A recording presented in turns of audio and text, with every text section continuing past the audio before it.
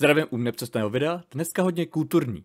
Futoku no Gyudo je kulturní anime, jak netýrat malé králíčky, kravičky, sliz? Ano, tohle anime ti ukáže, jak ne všechna fantasy anime jsou jenom o zabíjení malých nevinných tvorečků, pro přírodní materiály a expy.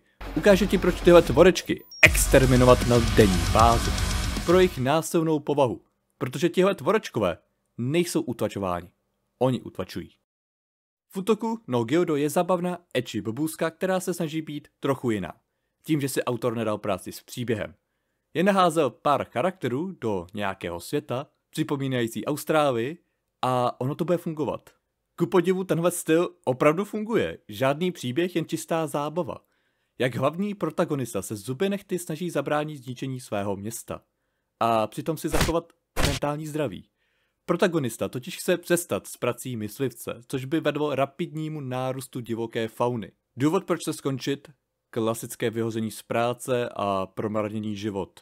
Hej, až ti bude 20, tak to pochopíš. A proto nezbývá nic jiného, než započít epický quest. Vycvič svého mysliveckého psa, který mě nahradí v mé práci. A tohle je ve velké zkratce celé anime? Budeme trénovat psy? Ale jak jsem řekl, myšlenka příběhu není zas tak podstatná. Co je podstatný, jsou tréninkové pasáže. Přesněji sledování dívčí postavy, jak se snaží porazit monstrum.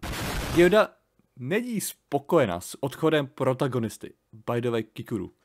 Tudíž Gyuda mu dá na starosti mladé nováčky, ze kterých se snaží vytrénovat svého jmenovaného nástupce, to je ten pes, aby mohl skončit s prací.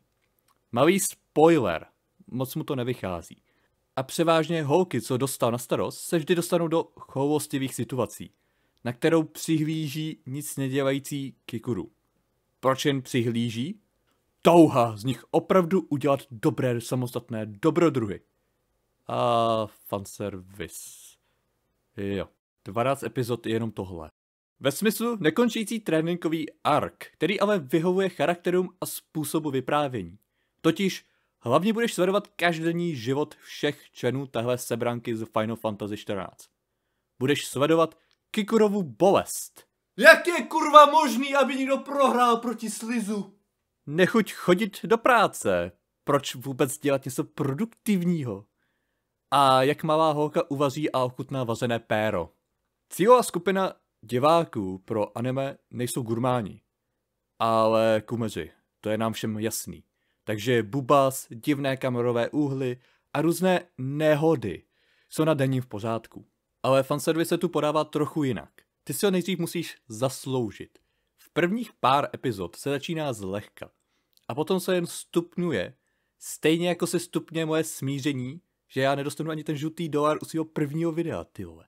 Až to dojde do formy, že na ecchi scénkách mi osobně moc nezáleželo. Vlastně sledování každodenního života všech z Gyudy je ta největší zábava, co anime může nabídnout. A fanservice je spíš taková třešnička na dortu. Je fajn, že tam je, ale já radši ten dort. Příběh nakonec nabídl víc, než jsem očekával. Práce s charaktery, moje očekávání bylo, že udělám joke na Final Fantasy, klásy, harem plot joke nějaký a budu ignorovat jejich existenci. Což jsem naopak dostal, postavy, co mají mezi sebou chemii jako správný tým dobrodruhu.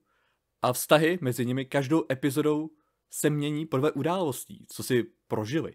Prostě je fajn sledovat tenhle vývoj, jak z neschopných holek, co nedokáží porazit sliz, se potom lépe drží proti silnějšímu nepříteli, díky spolupráci. Problém je, že anime je hodně horny. Jako hodně. A některé scény tě vrátí na vlnu, že mezi anime a hentai je tenký led.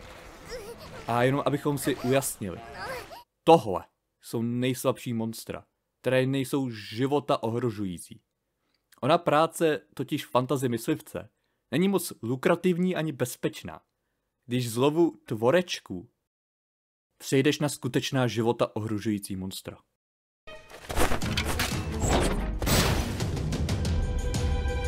Na anime jsem začal koukat jen kvůli pejskoholce. Jiný důvod nebyl. A byl jsem lehce překvapen. Vyplatí se tedy zkusit Futoku no Gyudo? No, to je otázka spíš na tebe, můj diváku. Já ti můžu jenom říct, že určitě se na to nevyplatí dělat svoje první video. Anime proto dávám $10 zelených z 10 žlutých. Lomeno každá cenzura, což jsem musel udělat. A toho je konec. Já ti moc krát děkuju za zhlédnutí celého videa. Snad se ti líbilo. A jediná věc, která už teď zbývá, je internetové žebrání. Určitě dej like, komentář, napiš nějaký libovej. A ta poslední věc, ta nejdůležitější a taky nejtěžší, dej odběr. Já vím, že to je těžký. Dát dnešní době odběr. Ale měj to srdce. Podívej na tyhle holky. Mají tak velké srdce, že jejich oblečení doslova přetéká velikosti jejich srdcí. Proto dej taky. Hele, nic ti to nestojí a já budu jenom rád. A snad u dalšího videa snad příště. Čau. Proč jsem vybral zrovna čau? To je nejvíc